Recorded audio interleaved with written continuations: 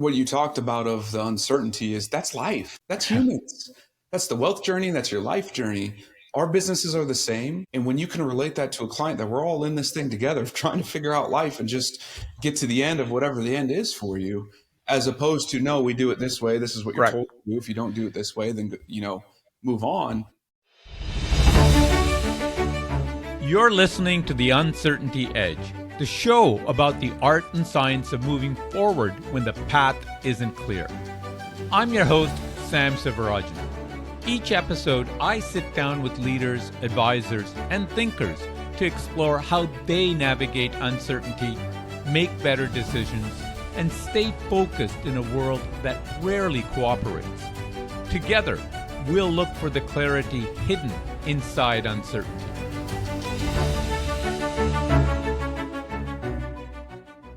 Hi, everyone. I'm Sam Sivarajan, and welcome to the Uncertainty Edge podcast. Today, I'm joined by Stoy Hall, founder and CEO of Black Mammoth. He's navigating one of the toughest forms of uncertainty, building an entirely new business model in a highly regulated industry. In 2020, Stoy launched what he calls a modern family office, democratizing comprehensive concierge-level service traditionally reserved for the ultra-wealthy. His approach requires taking calculated risks most advisors avoid, pushing through compliance concerns, and deeply embedding himself in clients' most complex decisions, from business succession to divorce negotiations. Whether you're a financial advisor questioning how deep to go with your clients, an executive building something new in a traditional space, or any leader navigating the tension between playing it safe and serving at the highest level, this conversation will challenge how you think about risk, trust, and professional courage. Welcome to the show. Thanks for having me, Sam. Stoy, why don't we start? You've spent 15 years in traditional financial services before starting your own firm, Black Mammoth, in 2020. It's a radically different model, as I explained at the outset. What was the moment or realization that made you decide to take this very real entrepreneurial risk of building something entirely new rather than staying in the conventional advisory world? I think part of it was always just how I was raised, who I am, things I've done, experience in life that has always been like wanting to push the norm. Like, why do we always do it? The saying is always like, well, it's always been done this way, right? And every time I hear that, I'm like, but why? And can we do something different? So Right. I think you got AUM models, you got fee based, you've got, people that take on, the CFP route, but some of them are accountants. And then you've all these things kept bottling up inside of me. And then when I started doing research on family office, that's kind of what triggered me of like, but I've never heard of that before. But I've also never heard of that before for, I guess, more mainstream. Triggered me of why. Why isn't that happening? Why can't it be done? And that's really what made me want to jump into that because it's truly rooted down to taking care of people. I was already doing it, but there wasn't a model for me to copy. And I was like, well, we got to do it now. Well, you said something interesting about going more mainstream. To some extent, I would almost argue that you're not mainstream, right? I think one of the most striking aspects of your business model, in my mind, is that you're serving communities that typically have been excluded from family offices services and often don't even know what these services are and who they exist for. So some of the groups you talked about serving, minorities, women, LGBTQ plus individuals. Now that creates its own unique form of uncertainty. You're not just selling a service, bringing people up to speed on a concept they've never really encountered before. So how do you navigate this challenge of simultaneously building the market and then serving it? And what have you learned about communicating value to your target audience when there's no real existing frame of reference that they can point to? And that's the hardest part of what I do from where I sit is because when I say mainstream, I mean you're able to, everyone knows what a financial planner is or advisor is. Might not know what we do, but like you've heard the term. You've heard that before. Mm-hmm.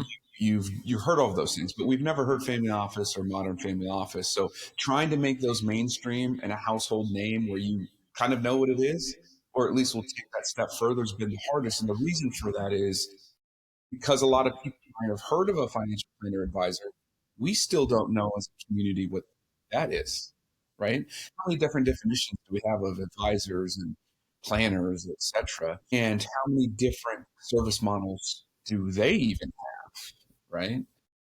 That part, we've all failed at generically. All of us have failed to really educate our public of what roles and what those things are to them, which means what we have to do is double down even further, because not only are we doing what they're doing, we're doing it from an emotional level that isn't normal. But then also, a lot of our ROI, if you will, for people, or our value that we bring, is going to be in those somewhat blue sky, somewhat emotional things, not, hey, Story told me to do this, so I'm going to make 2 times my money tomorrow, right? No, it's going to be a whole process of things. And so for us to educate, it has to be done over time. Okay. Ultimately, through process of being a client, through all of our content, through you name it, it's going to take a long time. And the problem with any business, right, we all is you necessarily can't survive for time. You need clients now. You need to produce money now. So how do you balance those things? And I think we're doing an okay job. I think we can do better.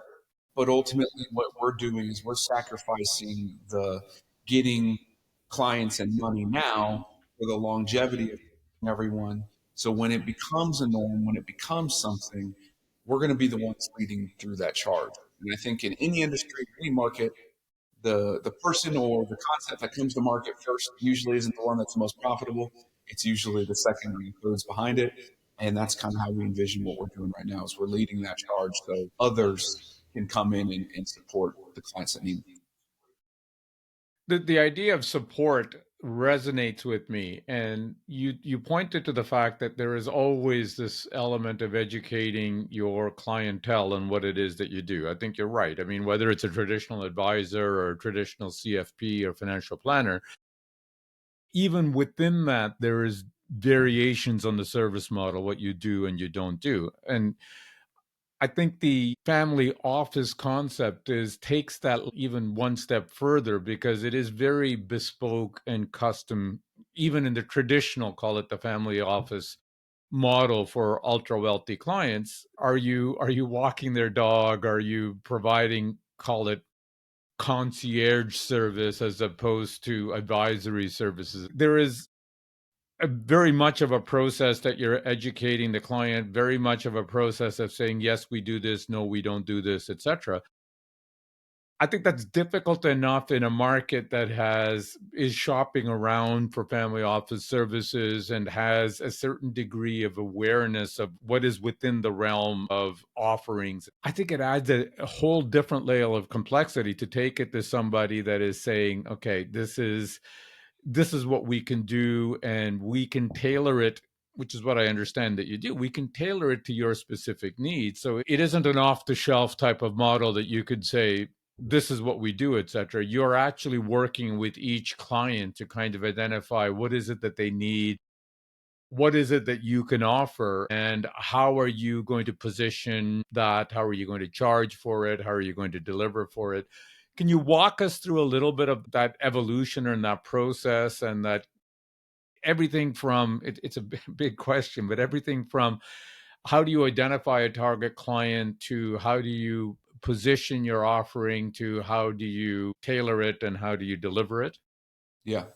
So identifying an ideal client, I say it's relatively easy, but the complexity of everything we do, this is probably the easier point, right?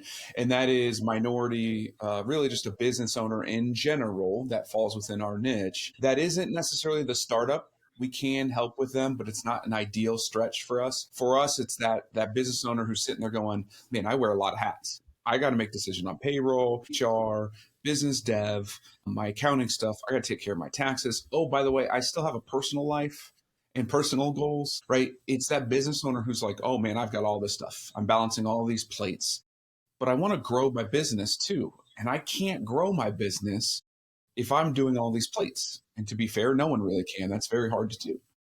It's that mindset, and you're in that as a business owner, that our service really allows to take over so you can focus on whichever plate is best for you. Is that growth? Is that just HR? Whatever. But as a modern family office, we can take over those plates and take them on ourselves so that way you can focus on whatever you need to do. So this whole thing can start to grow and develop into what you want it to do. Now, within that, right, those plates might change. We might exchange them. You might figure out as a business owner that I really don't like doing X, but I really love doing Z, which is opposite of what you just said 2 months ago or 2 years ago. We're able to adjust with that because we all know we're humans. We all go through personal development as it becomes with business. And as we get older and we mature with our experiences, you're going to figure out what you really enjoy. And as the modern family office, we're able to move with that and be that a mover and fill in the parts that you need at certain times that you need it, but it doesn't always have to be forever, right? And I think that's where the model allows us to dip and dodge, duck those wrenches that are being thrown at you at all times. Whereas if you do the traditional model, we're probably going to create a financial plan. We're going to meet with you once or twice a year, maybe. And that rigidity does not allow you to kind of be fluid and flex and move the way we know all businesses do. We know what all wealth journeys are. And that's kind of how we work with that client and develop them this thing over time. Now, don't get me wrong, we do have just the regular models. We do really have the traditional side of things, but we use those as kind of our leader into the family office, right? It's still all one thing, but we've got to teach you over time. And some people just don't understand it. So we'll go our traditional model, $500 a month, but we're also going to be speaking to you about all these other things to educate them on what it means. And then if they're like, yeah, Stoy, we need you to take over this, then we adjust whatever service model is it. Can you give an example, Stoy, of a client that has gone from that, call it traditional model that everyone understands, to that more tailored model? And what prompted that? What was the model that you delivered for the client? And what were some of the, I guess, the deliverables or the non-traditional deliverables that that client got that for them was exactly what they needed, that they weren't even aware of beforehand? Yeah, absolutely. And I'll use our longest tenured client who came to us in 2012. We've been a long journey with her and her family. So when they originally came, we met, coffee, Panera, LinkedIn, normal stuff. At that time, they just were unorganized and kind of had talked to a financial advisor, but really what they were looking for essentially was life insurance almost, right? That's what the ask was. Sat down with her before her husband, found out she's a business owner. And so for that, it led me to go, okay, what are the most important things for you, right? And right then it was always going to be life insurance because that's what the product they were looking for. Mhm. As we sat down with the husband. I said, yeah, that's important. You've got two kids. They're twins. You got a growing business. You guys don't really have anything. Yes, that's important.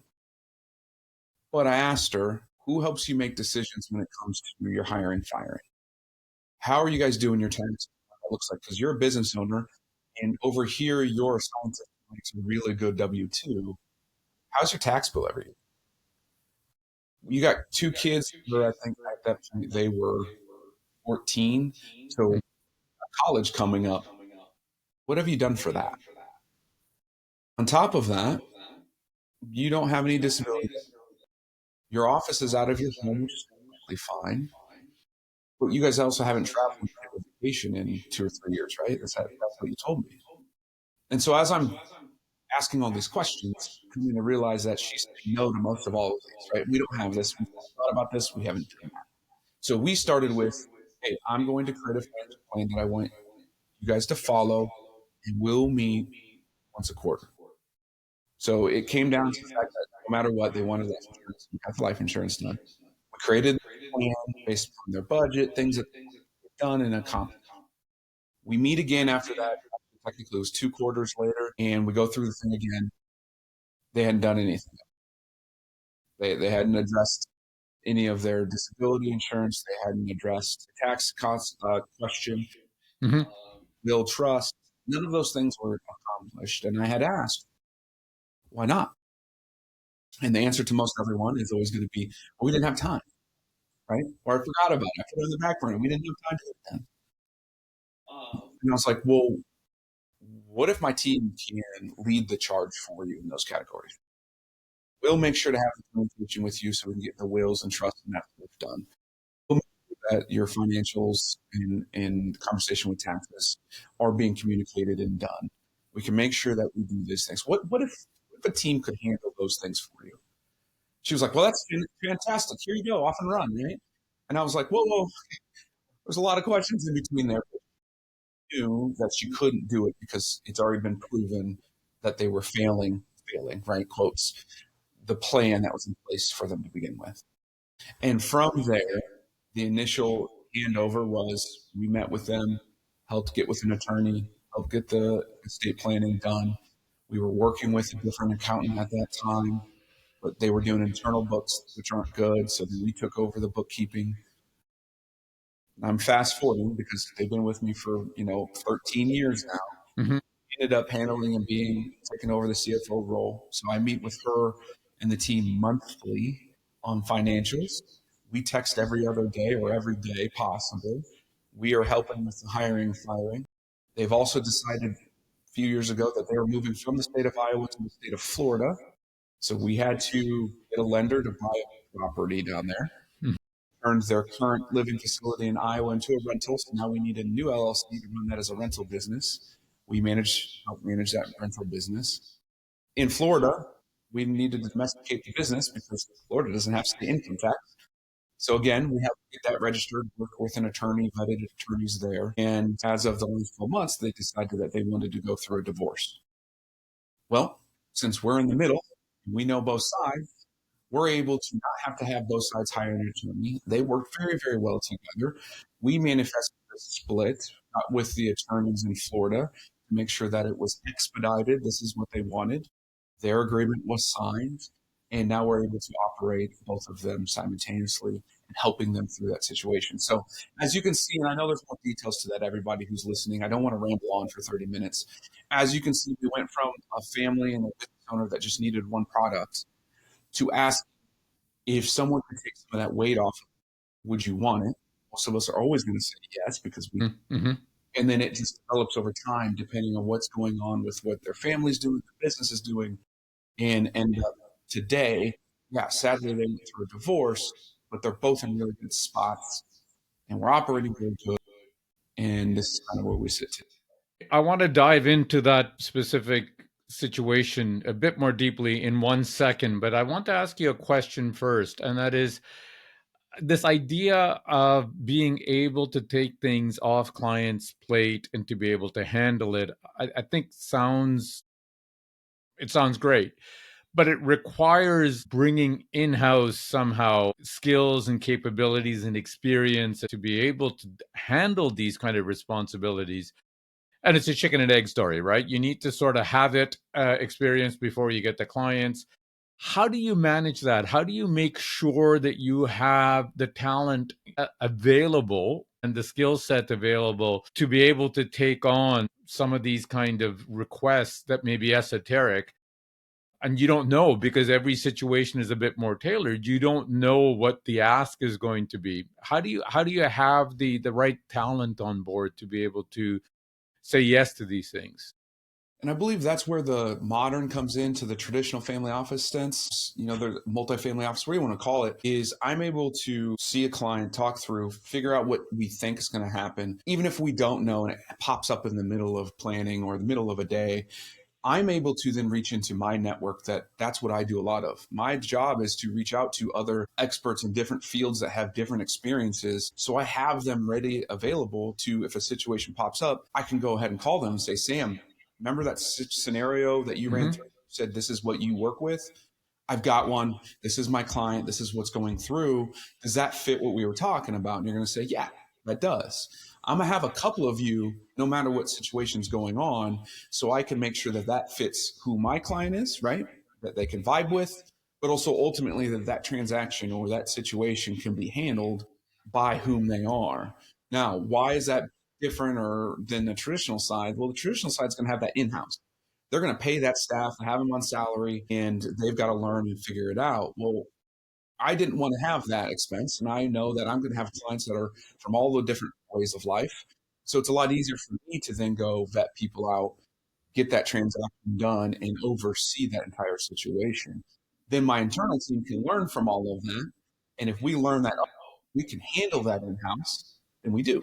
If not, then we always have those vetted professionals available to us whenever the situation arises.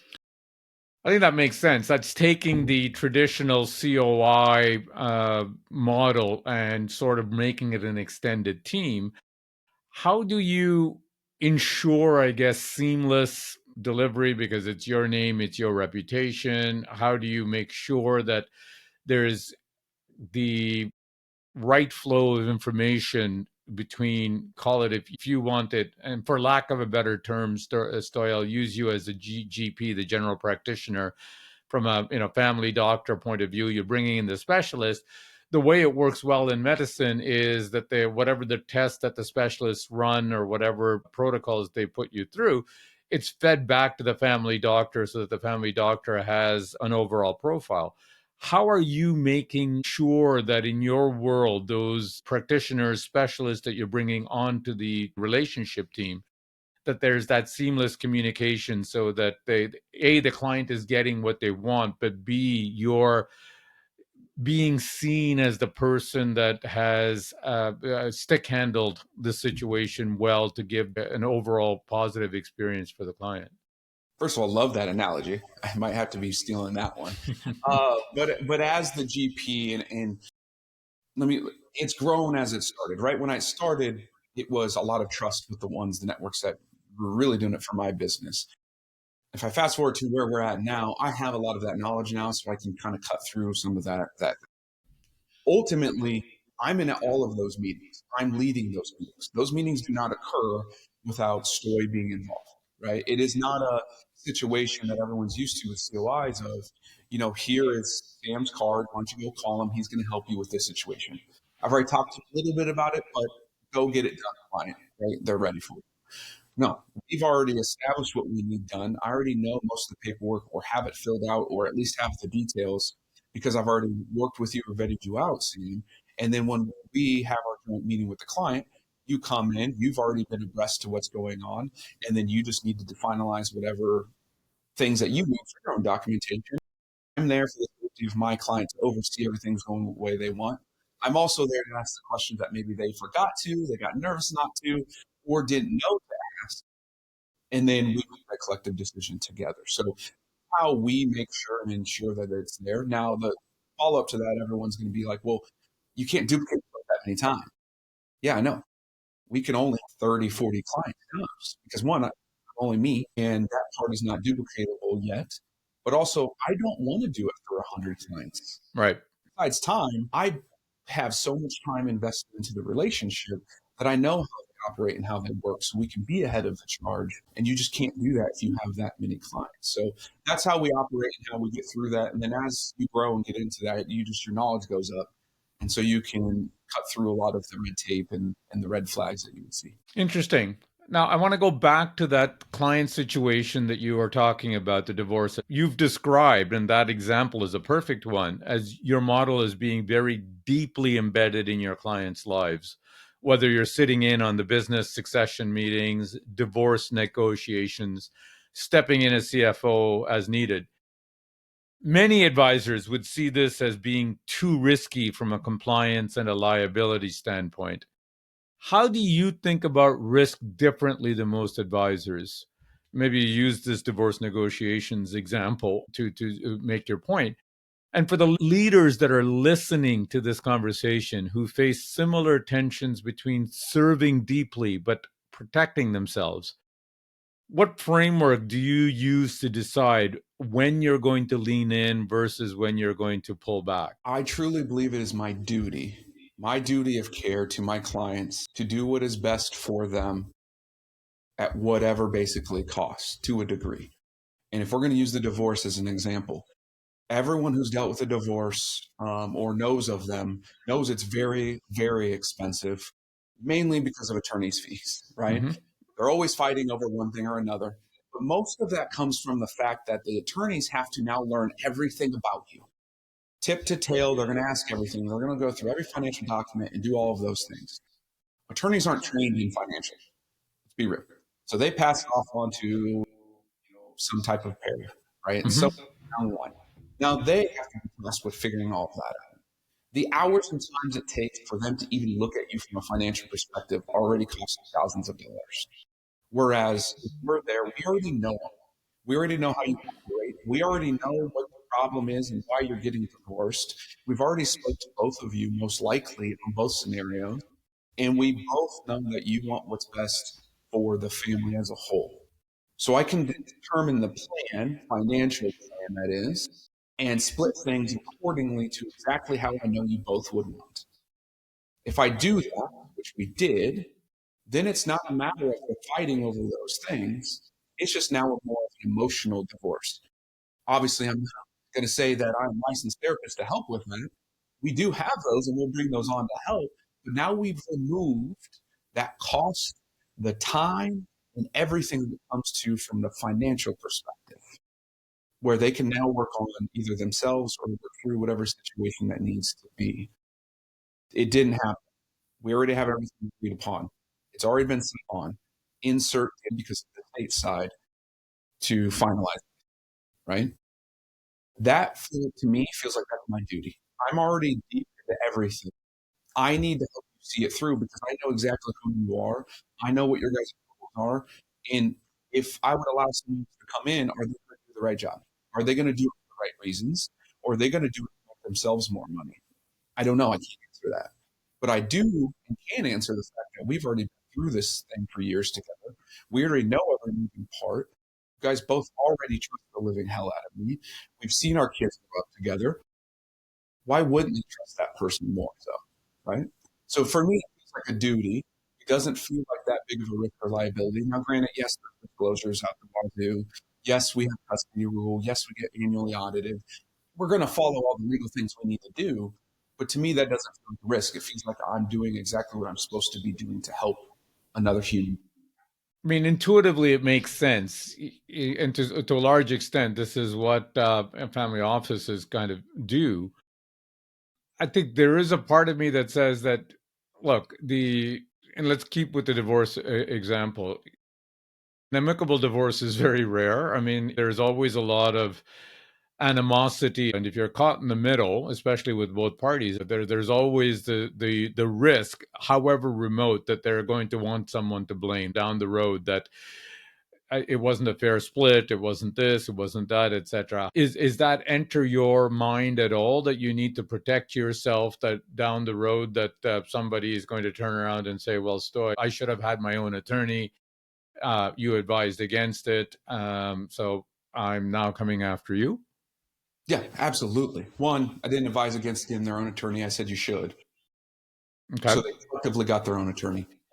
But that being said, yes, we have absolutely looked at that. One, we have it documented, we have it recorded, and we also have it signed off upon of that situation, right? To say that this is your guys' own decision. I just helped you collectively come together with whatever information I had. Two, if that would so choose and happen down the line, then that's something we can deal with, but we've already documented it. On the front side, too, we've also told both parties that we are in conflict of interest because we are on both sides of the aisle. I don't have an emotional tie to each one of you. I have the financial side, and I'm going to help you through it as much as possible. If one of you wants me fired or removed, we will remove ourselves, absolutely. Right? Here's all the information you would need to give to an attorney. Here's it laid out. This is where everything is. We will walk away until the divorce is settled. And then if one of you wants to hire us back on, go ahead. So we presented all of that. We gave them all the options that is possibly under the sun for them. And I think that's part of it, right? I don't believe most planners and advisors give every option that is under. We like to just pick and choose like two or three that work and fit that we know of. We're going to underturn every rock to give them exactly what they need, present it to them, and let them decide what they wanted. It so happened that they both decided that no, we're good. We love you. We love what we're doing. Let's just keep going forward. We've negated as much risk as we can of future things. Can't negate it all, but that's the agreement that we came up with collectively as a team. But they had their individual. Mm-hmm. enough on that too. Makes sense. Now, something you alluded to, Stoy, is that your business model obviously has natural capacity constraints, 30 or 40 clients per advisor versus the hundreds that a traditional model may manage. And that makes total sense. But from the lens of uncertainty, it creates a different kind of business uncertainty around growth and scalability. Like your growth over time, your growth plans, your growth strategy is different than the traditional advisory model. For executives or advisors listening who are building businesses that prioritize depth over breadth, how do you think about sustainable growth when your competitive advantage is the opposite of scale? I truly believe you've got to do other offerings, whether it's content creation, whether it's having your own collective or your own group of people around it, and helping in tune with other businesses. Because again, you're only able to serve so many. Now, I'm not at capacity, so I can't tell you what I'm going to do when I hit 40 and be like, are we going to have a list or not? Because the longevity of my clients, like that's the oldest tenured one. I've only had 3 or 4 leave in the last 12, 13 years. And, like they stay around for a long time. So you can't even predict that, like, oh, I'll lose 3 every 4 years. Like, it's tough to do. I can't answer that for you per se. But what Mm-hmm. we're doing to help with that is yes, I have my own podcast. I am speaking and doing other things with other advisors to one, teach in these ways, in my opinion, but also content creation side. So I can provide a different type of education that ideally, hopefully, monetizes relatively quickly because there's another stream for me. But also, then when I do have an opportunity, I can say, hey, we either have a waitlist already, or two, I've got capacity for 3 more clients. And because you've done so much and given so much on the content side and in the atmosphere, they're going to be there. Like, people are going to sign on. They're going to come through the door, in my opinion. Now, that's not for everyone. I get it. This model isn't for everyone. I understand that. That's my point of view, and I can see that. Now, will we add another advisor? Will I have different offices throughout the country? Maybe, maybe not. I don't see where that goes with me yet. But am I able to teach this model, maybe duplicate that, and instead just coach on the model? That's also possible. On that note, you've mentioned, and we talked about this a bit, that one of the biggest challenges is messaging, right? That your focus on the complexity of modern family office and the relative newness of that concept to your target audience might be pushing away people who aren't ready for that level of service, but still need help implementing what they do know. I think this is a challenge many leaders face, how to communicate your expertise and your offerings and the breadth of what you can do for them without intimidating potential clients or customers. How are you working through this uncertainty around positioning? And what's your approach to serving people at different stages of readiness? It's a change in me. It changes all the time, right? I'm fighting that probably every day with messaging. But how we achieve that is we do have different service models. We do have hourly, we do have project type things, right? To accomplish some of that. We do also have our own collective where I know if I meet with someone and they don't fit our model, I've got 3 or 4 that I can go ahead and they're going to take care of them, right? So Mm-hmm. I have that ability to always make sure they're taken care of. At the end of the day, though, the free content, the ebooks, the promotion of other people's books, and the vetting and the just the conversations we can have online are going to reach and do more for people than a lot of our services could right away. And then that's just how it is. And so, what can we do to drive and engage and have more conversations publicly is where our focus is now. Because if we can have those conversations and we can keep driving that home, that makes our message a lot easier because I can literally just say to people when they say, well, what's your service? Like, truly, what is it? I can literally say, did you see that Facebook post where XYZ happened and we talked through it? And that question is what we answer for. And we're always here for you, right? So for me, for those lower level ones that just don't quite get it, it's going to be the content, it's going to be the free engagement, it's going to be those conversations until they figure out what model works for them, and then either we take it on or we have a collective of people that can help. If we talk about the traditional advisory model, there's always an evolution, right? When you first start in the business, you've got smaller clients that are transaction focused. And as you mature as an advisor and you've got a bigger book, there's a natural sort of attrition that you have to make sure that you're serving. You don't have all day, you don't have all the time to do it. So you're servicing the clients and you're focusing on the clients that you can serve best. How does that fit into your kind of model? Because obviously you've got clients that you may take on today that come to you for a very narrowly defined service, but 2 years from now, 3 years from now, or 13 years from now, as you had with your longest client, it's the scope of what you're doing for them is so broad. But knowing that you can only take on, call it 40 of these full service family office type clients, how does that affect your business development, your marketing? How do you make the decision that if I take this client on, there's 5 more I have to say no to? That's tough in any kind of a model, but it seems to me that it's even tougher in your model, given there's only so much room on your shelf that you can have, right? I'll say we're lucky and unlucky at the same time for this perspective.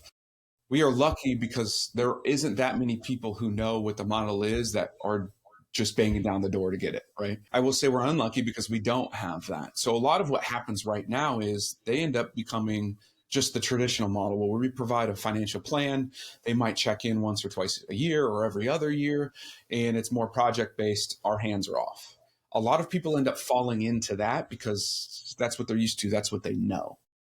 And so, of let's say 5 come to our door, about I think it's like 0.75 of them actually become the family office side of things. So right now we don't have that issue because not a lot of people know what it is. How I foresee that happening down the line is that's where I'm really hopeful that the conversations grow and there's others that take on this model so that way we can interchange and change with people, because I know that even if we take on some of the family office clients right now, and by the way, they're not all minorities, they're not all LGBTQ, and they're not Mhm. all women right now, that as we grow and our model is going with things, they might end up just naturally saying, you know what, Stoy, like, love what you're doing, love what you did for me, but like your vision and where you're going is over here, and I love the service, but I don't align with that. I don't align with it politically, whatever it is. I have someone else for them, but right now I don't have that, and they don't really have that.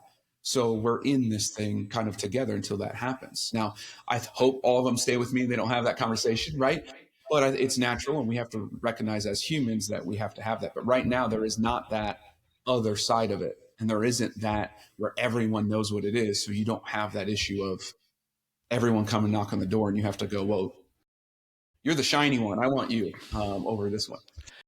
Look, I think it's a very healthy and I think realistic approach to have. This is the whole mindset around uncertainty. You don't know what the future brings. All you can do is you continue to grow your knowledge base, your skill base, your experience base. You serve your clients to the best of your ability. If the future means that you're still working with that client, that's what you hope for. If it's not, then you try to make sure that they're served as well as possible while you're adapting your business model to take on new clients, right? It's there is no crystal ball that says that this client with this model with this type of services is what they're going to require in 5 years from now. Again, I hate keeping coming back to your longest serving client, but the idea of them moving to Florida from Iowa was probably not in the cards originally when you started speaking with them. The idea that they might, even though it's a theoretical possibility, the idea that they ended up getting divorced and dealing with it. This is the reality that I would say everyone deals with and every traditional advisor deals with it. You're just dealing with it with a slightly different lens on. And I think what you talked about of the uncertainty is that's life. That's humans. That's the wealth journey. That's your life journey. Our businesses are the same. And when you can relate that to a client that we're all in this thing together, trying to figure out life and just get to the end of whatever the end is for you, as opposed to, no, we do it this way. This is what you're Correct. told to do. If you don't do it this way, then move on. I think that's where our industry is changing anyway, even in the traditional sense. I think a lot of us are starting to figure out that we need to, I don't want to say softer approach, we need to understand the behavioral side. We need to be attached and attuned with that because we're just humans, and that's where the decisions are made. Well, I couldn't agree with you more. I think that's my latest book that I wrote, and it's what I'm really passionate about. We're living in a world that is increasingly complex and interconnected. And the idea that we've got this fully under control, that we can predict what's going to happen, that we can manipulate's the wrong word, that we can control outcomes, I think is wrong. And it gives us a false sense of security. And I think that what we need with our clients is this point that we prepared, we've anticipated, but what we've created together with this plan, with this portfolio, with this policy, what have you, is a basis that is going to allow us to be nimble and pivot and adapt to what is coming down the road. We don't know what's coming down the road, and we can't prepare for it to say that we've got an ironclad portfolio, but we've built it robust enough that it will weather the storm and it will give us the ability to kind of say, okay, here are the tweaks that we will need to make at this stage. I think trying to get both advisor and client thinking along those lines to say that we've built something that is resilient to change as opposed to impervious to change, I think is a very powerful mindset to have. Couldn't agree more. Could not agree more. Stoy, looking ahead, you're pioneering this new category in wealth management. It's this, I call it modern family office, as you label it. So something between traditional financial planning and full family office services. What does success look like for you 5 years from now? And what do you think needs to change, whether it's in the industry, whether it's in regulation, whether it's in client or advisor expectations for that matter, for this model to become more widespread? Success to me in 5 years would be that term being out there and being used, not interchangeably with financial planning or any of that, but heard of and spoken about. How we get there is I really truly think advisors need, I don't want to attack the advisors directly first. I want to make sure that the BDs and the wirehouses and the big RAs are the ones that are willing to actually meet the people where they're at.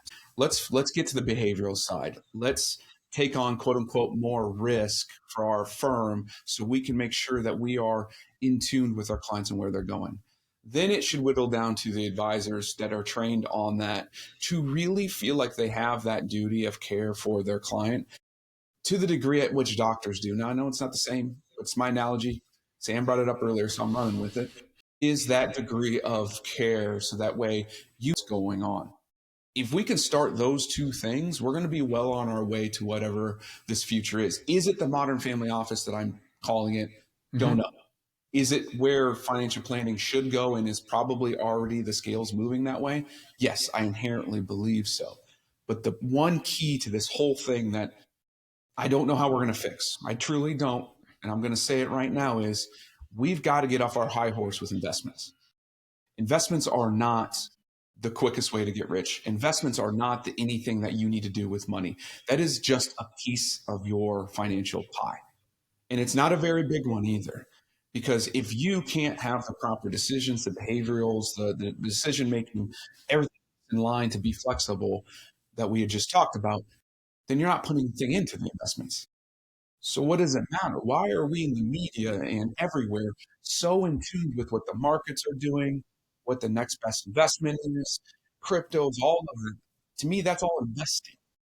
Majority of people don't even have the ability to invest, one, in that type of market, and two, other investments we need to look at our mental health, our physical health, and our overall well-being. Those are investments too that will provide you with the depth that you need to be successful or at least survive life, whatever that definition is. Look, there's so much that you've said to unpack, and we could have an entire episode on all of this, but suffice it to say, I agree wholeheartedly. I think investments, it is changing, but slowly. I think the idea that there is a magic investment out there has slowly started to change, but many, whether it's clients or advisors, hang their hat on it because we feel that there is some value that we have to deliver. There's something that we've complicated that we have to put. If the answer is simple, we feel that as advisors that there is no role for us to speak of, right? And I've always said investing is simple, but it's not easy. And the reason it's not easy is it's the behavioral side of things. We all know that you should buy low and sell high. Warren Buffett has been telling us for years.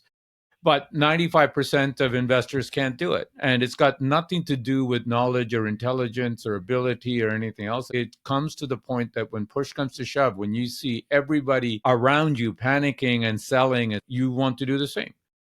So I think to your point, where people make the real wealth, I've always said, it's your human capital. So whether it's your 9 to 5 job, whether it's the business that you've founded, what have you, that's where you make your bread and butter. And whatever you can save from your wages or your earnings that you can put aside and not spend, that's the second big chunk. Investing is the third element, if at all, of all of this. But if you don't have the first two right, you can't get the third. If you're read this, and I like this, besides wealth, I think health is what most people really care about. And there's a cottage industry about being fit, and you get all sorts of gadgets and doohickeys and everything that you can buy. But one of the things I've read, which I love, is that you can't out-train a bad diet.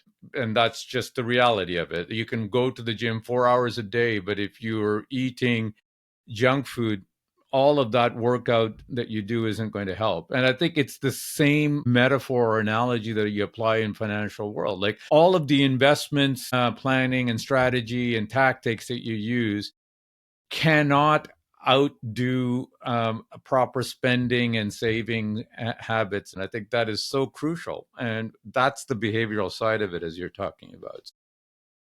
As I said, I think we could have an entire podcast episode on this, but I totally agree with you. I think that's the real value that clients need and what an advisor can deliver. And I think we're evolving into that. We just need to feel comfortable that we can be that behavioral coach and for the clients, and that is enough, or should be enough, and you don't need to pick the next Google or Tesla stock in their portfolio. Agreed. Stoy, we're coming to the end of our podcast, so I have a few final rapid fire questions for you, if you're ready. Let's do it. Number one, professionally, what is the most important lesson you've learned over the years? Properly choosing and vetting out a partner in a partnership. That's probably been the toughest but best lesson I've ever learned. Yeah, couldn't agree with you more. Properly vetting a partner in personal and professional life is probably a very good way to maximize your wealth if you do it right, and a very good way to minimize your wealth if you do it wrong. So number two, what is one practical tip you would offer listeners keen on applying your insights? I would say to communicate. And I say this is, yes, you're going to learn, you're going to hear a lot of things, but you don't know how to instill it into your own life. Go ahead and comment, share, do all of the things to engage with us and my stuff, everything, because we're here to answer that and here to help you. Awesome. Stoy, very interesting and fascinating conversation. If listeners want to learn more about you or find out about Black Mammoth's work, where do they go? You can go to blackmammoth.com. You can go to nobswealth.com. You can literally just type in Stoy Hall at any social media, because we're on all the social medias, and go ahead and just find us. If you love YouTube, we're there too. So we're everywhere. But again, the simple ask I have is just comment and engage with any of our content, including Sam's. Maybe we can answer that question that helps you take that step forward. Amazing. Stoy, thank you for joining us today on the Uncertainty Edge podcast. Appreciate it, Sam. Thank you.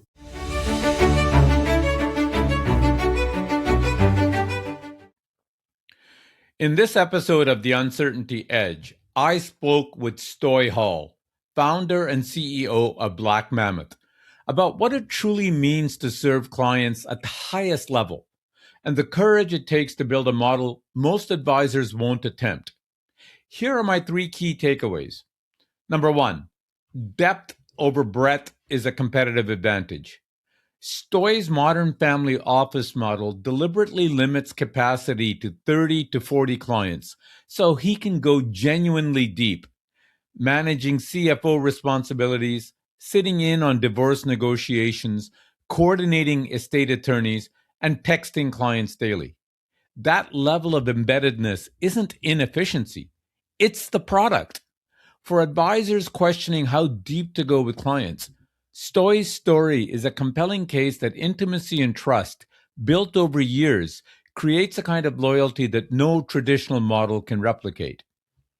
Number 2, duty of care, not fear of liability. When Stoy stepped into the middle of a client's divorce, knowing both parties, understanding every financial detail, and helping structure a fair split without costly litigation, many advisors would have stepped back to protect themselves. Stoy leaned in with full disclosure, documentation, and client consent. His insight? When you truly know your clients, serving them through complexity isn't risky. Stepping away is. Advisors who define their role narrowly to manage liability may inadvertently be abandoning clients at the moments they need help most. Number 3, investments are just one piece of the pie and not the biggest one. Stoy issued a challenge to the entire advisory industry. Stop centering the conversation on markets, portfolios, and the next best investment. Real wealth is built through human capital, sound behavioral habits, and the discipline to align spending and saving before a single dollar is invested. As he put it, if the behavioral and decision-making foundations aren't in place, what goes into the portfolio doesn't much matter. Advisors who shift their value proposition from investment selection to behavioral coaching are not diminishing themselves. They're finally delivering what clients actually need. Stoy reminds us that the future of financial advice isn't more sophisticated portfolios. It's more human advisors, the ones willing to show up fully, ask the hard questions, and stay in the room when life gets complicated are the ones clients will never let go. Thanks for listening to The Uncertainty Edge.